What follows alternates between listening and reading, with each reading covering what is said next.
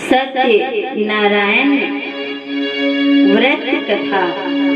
सत्यनारायण भगवान की कथा। एक समय प्राणियों के हित चाहने वाले समस्त मुनियों ने रमणीक नेमिसराय क्षेत्र में मन को प्रसन्न करने वाली सभा की। उसी समय अति तेजस्वी व्यास जी के शिष्य श्रुत जी शिष्य गणों के सहित हरि नाम स्मरण करते हुए वहां आए। समस्त शास्त्रों जानने वाले श्री श्रुत जी को आते देख महातेजस्वी सैनिकादि मुनिगण खड़े हो गए। सब धर्मों को जानने वाले में श्रेष्ठ श्रुत जी तथा ब्रह्म वैष्णव सौनकादि ऋषि परस्पर शीघ्रता से पृथ्वी पर दंडवत नमस्कार करके सौनकादि मुनियों के लिए आसन पर संपूर्ण शिष्यों सहित अति बुद्धिमान श्रुत जी बैठ गए। बैठे हुए श्रुत जी से सौनकादि मुनियों ने नमस्कार कर हाथ जोड़कर कहा, हे महर्षि, हे सर्वज्ञ श्रुत जी, इस कली काल में मनुष्य को हरि भक्ति की किस उपाय से हो हे भगवान वह कहिए, क्योंकि कली काल में सब प्राणी पाप करने में तत्पर और वेद विहीन हो जाएंगे।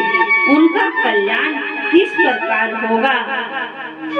इस कली युग में मनुष्य प्राणों को धारण किए थोड़ी आयु वाले निर्धन और अनेक पीड़ा से युक्त होंगे। प्रायः पुण्य अति परिश्रम से होता है। इससे कलयुग में कोई मनुष्य पुण्य ना करेगा और पुण्य के नष्ट होने से सब पापों में प्रवृत्त हो जाएंगे। तब तुच्छ ज्ञान वाले मनुष्य अपने सब वश सहित नष्ट हो जाएंगे। हे श्रुत जी, किस तरह अल्प परिश्रम से थोड़े धन और कुछ ही समय में उन्हें प्राप्त हो, ऐसा कोई उपाय हम लोगों से वर्णन कीजिए, जिसके उपदेश से मनुष्य पुण्य पाप करता है वह उसका भागी होता है। पुण्य का उपदेश करने वाला दयावान, कपट रहित, निष्पाप और निर्विरोधी यह चार तरह के मनुष्य नारायण के समान है। संसार में ज्ञानी होकर जो दूसरों को ज्ञान नहीं देता, उस पर ज्ञान रूपी परमेश्वर प्रसन्न नहीं होते। जो पुरुष रत्न रूपी ज्ञान से दूसरों को संतोष देते हैं, उन्हें मनुष्य रूप धारण किए नारायण ही जाने। हे महामते, ऐसा कौन व्रत है जिसके करने से मनोवांछित फल प्राप्त हो? वह हम लोगों को सुनने की इच्छा है। हे मुनि श्रेष्ठ, आप वेदांत के ज्ञाता हैं। आप जैसा दूसरा कोई वक्ता नहीं दिखता, क्योंकि श्री वेद व्यास जी के आप शिष्य हैं। श्रुत जी बोले, हे मुनि श्रेष्ठ, तुम धन्य हो। तुम्ही वैष्णवों में अग्रगण्य हो, कारण कि सब प्राणियों का तुम सदैव हित चाहते हो। हे सौनक, सुनो, मैं आपसे उस उत्तम व्रत को कहूँगा जिस व्रत को नारद जी ने लक्ष्मीपति भगवान से पूछा था और जिस प्रकार भगवान ने नारद जी से कहा। एक समय नारद जी समस्त प्राणियों के हित की इच्छा से अनेक लोकों में घूमते हुए मृत्यु लोक में आए। यहाँ उन्होंने देखा कि सब प्राणी अनेक पीड़ाओं से युक्त और अनेक योनियों में उत्पन्न होकर पाप कर्म से दुख पा रहे हैं। यह देखकर विचार किया कि इन लोगों का दुख किस प्रकार दूर हो। ऐसा मन में विचार कर विष्णु लोक में चले गए। वहाँ जिनके शुक्ल वर्ण 4 भुजाएं और जिन्होंने शंख चक्र को धारण किया है और वन माला में सुशोभित देवेश नारायण हैं, उनको देखकर स्तुति करने लगे। नारद जी बोले, हे महाराज, आप वचन और मन से न कहने न धारण के योग्य अत्यंत शक्ति युक्त निर्गुणात्मक हैं। हे महाराज, आप सब प्राणियों के उत्पन्न करता और भक्तों के दुख के नाशक हैं।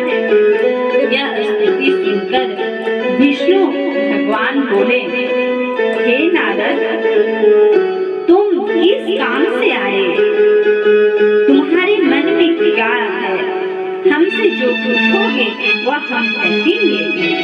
नारद जी बोले, हे नारद, मृत्यु लोक के सब प्राणी अनेक योनियों में उत्पन्न होकर नीच पाप कर्म से क्लेशित हो रहे हैं। प्रभु, हे महाराज, जिस छोटे उपाय से उनका क्लेश दूर हो वह उपाय मैं सुनना चाहता हूँ। भगवान बोले, समस्त जनों पर कृपा कर तुमने बहुत अच्छा प्रश्न पूछा है, जिसके करने से मनुष्य मोह से छूट जाए। मैं ऐसा उपाय करता हूँ, सुनो। हे नारद, जो व्रत तीनों लोकों में अति दुर्लभ है वह आज आपके कहने से प्रकाशित कर रहा हूँ। वह सत्यनारायण का व्रत है, जिसके विधि पूर्वक करने से इस लोक में सुख और परलोक में मोक्ष मिलता है। यह सुनकर नारद जी बोले, इस व्रत का क्या फल है और पूर्व में किसने किया था? किस समय यह व्रत करना चाहिए और विस्तार पूर्वक कहिए। भगवान ने कहा, इसके करने से दुख शोक आदि नाश, धन धान की वृद्धि और संपत्ति की प्राप्ति होती है तथा सर्वत्र विजय की प्राप्ति होती है। इस व्रत में मनुष्य भक्ति श्रद्धा युक्त किसी भी दिन सायंकाल में सत्यनारायण की पूजा करे और भाई बंधु तथा ब्राह्मणों के साथ धर्म युक्त सावा से उत्तम नैवेद्य भोग लगावे। केले का फल, घी, दूध और गेहूं का चूर्ण लावे। गेहूं का चूर्ण न हो तो चावल का चूर्ण, खाड़ अथवा गुड़ मिलावे। सावा पाव अथवा सावा सेब के हिसाब से मिलाकर भक्ति से सत्यनारायण के नैवेद्य लगावे। बांधवों के साथ कथा सुनकर ब्राह्मणों को दक्षिणा दे।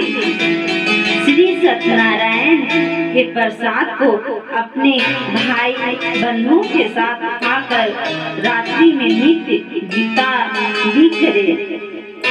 तदनंतर सब श्रोतागण सत्यनारायण का स्मरण करते हुए अपने अपने घर जाएं। इस प्रकार व्रत करने से मनोवांछित फल मिलता है। विशेषकर इस कली काल में पृथ्वी पर इससे बढ़कर दूसरा कोई उपाय नहीं है। हे नारद, जिन्होंने इस व्रत को पहले किया वह कथा सुनो। काशीपुरी में निर्धन सतानंद नामक एक ब्राह्मण क्षुधा पिपासा से दुखी नित्य पृथ्वी पर भीख मांगने हेतु घूमता था। ब्राह्मण प्रेमी भगवान नारायण ने दुखित ब्राह्मणों को देखकर बूढ़े ब्राह्मण का रूप धारण कर अति आदर से पूछा, हे मित्र, किस कारण पृथ्वी पर आप नित्य घूमा करते हैं? हमारी सुनने की इच्छा है प्रभु। यदि आपकी इच्छा हो तो कहिए। ब्राह्मण बोला, मैं अत्यंत दरिद्र हूँ प्रभु, भिक्षा के लिए पृथ्वी पर भ्रमण करता हूँ। यदि आप कुछ जानते हो तो कृपया कर पूर्ण रूप से कहिए। वृद्ध ब्राह्मण बोले, हे विधि श्रेष्ठ, मनोरथ को सिद्ध करने वाला उत्तमोत्तम श्री सत्यनारायण व्रत का करो, जिसके करने से मनुष्य सब दुखों से छूट जाते हैं। वृद्ध ब्राह्मण रूपी श्री सत्यनारायण देव ने व्रत का विधान ब्राह्मण को बताकर आप अंतर्धान हो गए। तदनंतर ब्राह्मण सतानंद ने मन में निश्चय किया कि मैं कल ही श्री सत्यनारायण व्रत का सामान लाऊंगा और श्री सत्यनारायण का व्रत करूंगा। इसी चिंता में ब्राह्मण को रात भर नींद नहीं आई। सुबह उठकर उसने यह निश्चय किया कि मैं श्री सत्यनारायण का व्रत अवश्य करूंगा। यह संकल्प कर भिक्षा मांगने हो गया तो उस दिन उसके सब दिनों से अधिक द्रव मिला। द्रव से उसने अपने भाइयों के साथ श्री सत्यनारायण का व्रत किया। उसके प्रभाव से दुखों से छूटकर सर्व संपत्ति से युक्त हो गया। व्रत के प्रभाव से सतानंद नगर पर घर में श्रेष्ठ माना जाने लगा और तभी से वह ब्राह्मण हर महीने व्रत करने लगा। भगवान ने कहा, सतानंद द्वारा किया हुआ श्री सत्यनारायण का यह पूजन है। इसको जानकर जो मनुष्य व्रत करता है वह सब पापों से छूटकर मोक्ष को पा लेता है। जिस प्रकार पृथ्वी में इस व्रत को मनुष्य करेंगे उनका दुख अवश्य नष्ट हो जाएगा। सूत जी बोले, हे सोमनाथ, विष्णु भगवान ने जिस तरह कहा था वह तुमसे मैं कहा, और दूसरी बात तो जो हो वह पूछो। सोमनाथ जी बोले, हे सूत जी, उस ब्राह्मण के बाद उस व्रत को किसने किया वह सुनने की इच्छा है। सूत जी बोले, हे मुन्नो, जिसने व्रत को किया वह सुनी। एक समय निज धर्मानुसार जिन बांधवों के साथ व्रत को करने की उद्यम हुआ, उसी समय एक लकड़हारा वहाँ आया। भूख प्यास से पीड़ित कांट के घर को बाहर रख ब्राह्मण के घर में जाकर उसने व्रत करते हुए ब्राह्मण को देखा। नम्रता से हाथ जोड़कर प्रणाम कर बोला, आप क्या कर रहे हैं? इसके करने से क्या फल है? वह विस्तार पूर्वक कहिए। ब्राह्मण बोला, मनोरथों का देने वाला, दुख और शौक को नाश करने वाला तथा सिद्धि को देने वाला यह श्री सत्यनारायण का व्रत है, जिसके प्रसाद से यह ज्ञाति प्राप्ति हुआ है। यह सुनकर लकड़हारा प्रसन्न हो प्रसाद को खाकर और जल पीकर वह भगवान श्री सत्यनारायण का ध्यान करता हुआ अपने नगर को चला गया। आज लकड़ी बेचने से जो द्रव्य प्राप्त होगा उसी से मैं सत्यदेव के उत्तम व्रत को अवश्य करूँगा। ऐसा मन में विचार कर उसने लकड़ी को सिर पर रख जहाँ धनी लोग रहते थे उसी नगर में गया। उस दिन लकड़हारे को गुना द्रव्य प्राप्त हुआ। वह अत्यंत प्रसन्न होकर सुंदर केले के फल, शक्कर, दूध, घी, गेहूं का चूर्ण सबको सवाई लेकर घर में आकर अपने भाई बंधु को बोला कर विधि से सत्यनारायण का व्रत किया। उस व्रत के प्रभाव से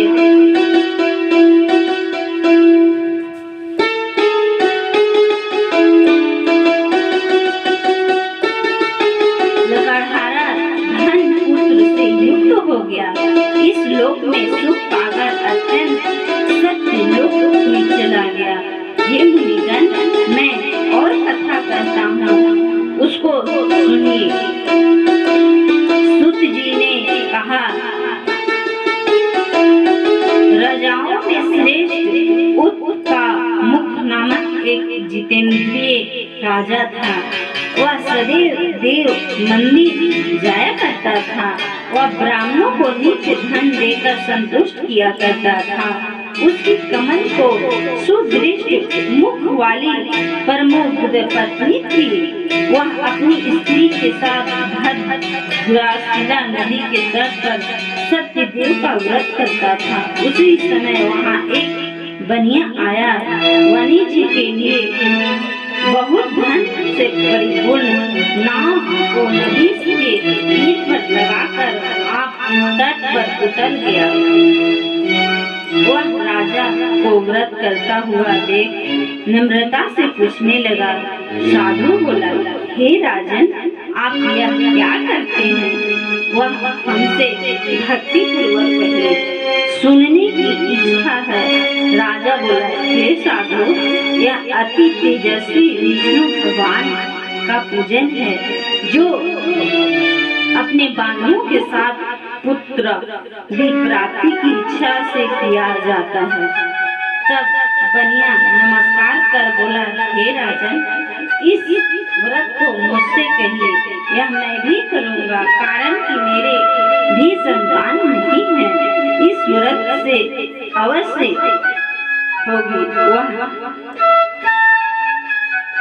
व्रत की विधि जानकर अपने घर में आकर उसने अपनी स्त्री से यह संतान व्रत कहा और यह संलग्न किया कि जब मेरे घर संतान होगी तब मैं अवश्य सत्यनारायण व्रत करूँगा।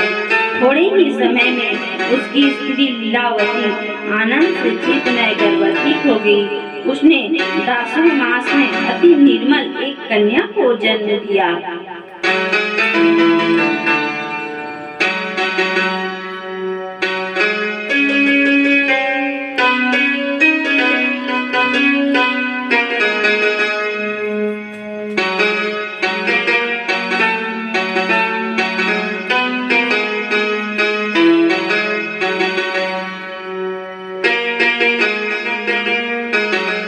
जैसे शुक्ल पक्ष में चंद्रमा की ज्योति बढ़ती है उसी तरह प्रतिदिन कन्या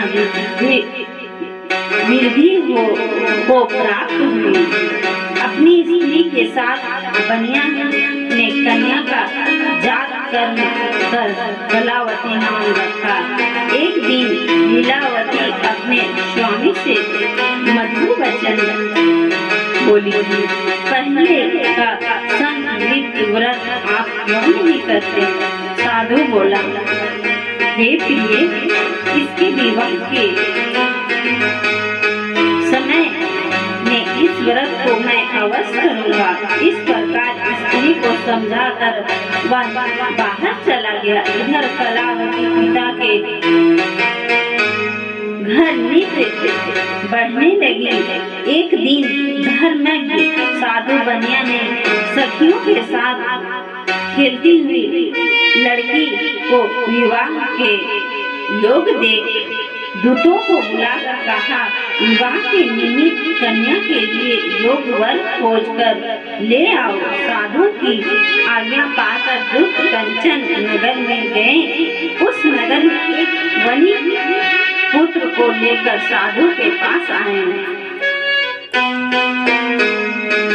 उसने सुंदर गुण युक्त लड़के को देखा।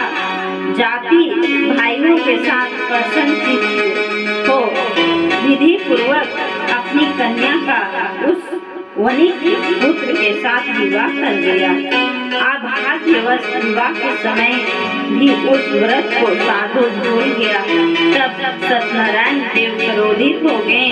कुछ दिन बाद निज कर्म में अति चतुर साहूकार व्यापार की इच्छा से अपने दामाद को लेकर समुद्र के निकट रत्नाकर नामक नगर में जाकर व्यापार करने लगा।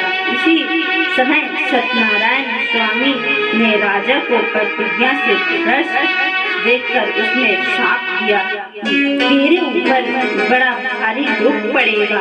उसी दिन चारों ने राजा के धन को चुरा अपने पीछे देखते हुए साधु की दशा को चले। दौड़ते हुए राजा के दूतों को आता देखकर डर कर धन को यहाँ ही रखकर आप छिप गए। राजा के दूतों ने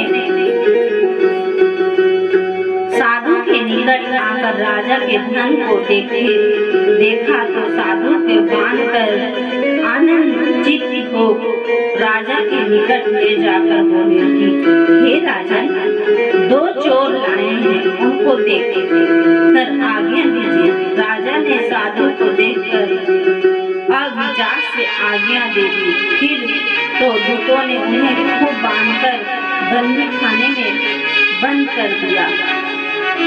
सूत जी बोले, सत्यदेव जी की माया से चंद्रकेतु राजा ने उस दोनों बनिए को वचन के कुछ भी न सुना और उनका सब धन ले लिया। श्री सत्यनारायण के शाप से साधु और दामाद के घर पर स्त्रियां भी बड़ी दुखित हो गई। चारों चोरों ने घर का धन भी चुरा लिया। आधी व्याधि से पीड़ित और दुखी प्यासी लीलावती अन्न की चिंता से घर घर घूमने लगी और कलावती कन्या घूमने लगी। एक दिन रात को भूख से दुखी कलावती एक ब्राह्मण के घर पर गई। वहाँ सत्यनारायण के व्रत को देखकर कथा को सुन हुई, मनोरथ को मांगी और प्रसाद को खाकर कुछ रात गए अपने घर आई। तब लीलावती अपनी कन्या को ढुकाने लगी, हे पुत्री, इतनी रात तक तुम कहाँ रही है? तेरे मन में क्या है? तब कन्या माता से सत्य वचन बोली, हे माता, मनोरथों को परिपूर्ण करने वाले श्री सत्यनारायण के व्रत को ब्राह्मण के घर में देखी हूँ। लीलावती कन्या कलावती का वचन सुनकर श्री सत्यनारायण के व्रत को करने के लिए उद्यम हुई। पतिव्रता साधु की स्त्री अपनी कन्या सहित बंधु बांधवों के साथ सत्यनारायण के व्रत को किया। उसने सत्य देव से यह दिव्य वर मांगा कि हे सत्य देव, हमारे पति और दामाद जल्दी अपने घर आए। मेरे पति और दामाद के अपराध को आप क्षमा करने योग्य हैं, अतः क्षमा कीजिए। इससे सत्यनारायण स्वामी संतुष्ट हो गए और चंद्रकेतु राजा के स्वप्न दिखाया कि हे राजन, कल सवेरे ही दोनों सज्जन बनिए को छोड़ देना और उनका धन भी जो तुमने लिया है वह दे देना, नहीं तो हम धन पुत्र को सही तेरा राज नष्ट कर देंगे। यह बात राजा से कहकर सत्यनारायण रघुवंतर ध्यान हो गए। तब प्रातः काल के समय राजा ने जनों के साथ सभा में उपस्थित हो मंत्री जन से यह अपना स्वप्न सुना कर कहा, बांधे हुए बनियों को सिंह छोड़ दो। ऐसा आदेश दिया कि यह सुनकर दूत लोग बनियों को बंदी खाने से बाहर छोड़कर राजा के निकट लाए और विनियम युक्त वचन बोले, महाराज, हम इन दोनों बनियों को बंधन से छुड़ा कर लाए हैं, अब आपकी क्या आज्ञा है? उन दोनों ने महाराज चंद्रकेतु को नमस्कार कर पूर्व वृत्तांत का स्मरण करते हुए राजा चंद्रकेतु से साधु तथा दामाद ने कुछ नहीं कहा। वनी पुत्रों को देखकर राजा आदर से बोले, अभाग्यवश तुमको बड़ा दुख मिला, तुम लोग भय न करना। इस प्रकार राजा ने कहकर उन दोनों के हाथ पैर को हथकड़ी बेड़ी कटवा कर और छेद कराया, फिर वस्त्र और आभूषण देकर बनिया को अत्यंत संतुष्ट किया। पहले जितना धन लिया था उसका दूना धन देकर कहा, अब आप अपने घर को जाएं। दोनों बनिए ने राजा को नमस्कार कर कहा कि आपकी कृपा से घर जाते हैं। बोले सत्यनारायण भगवान की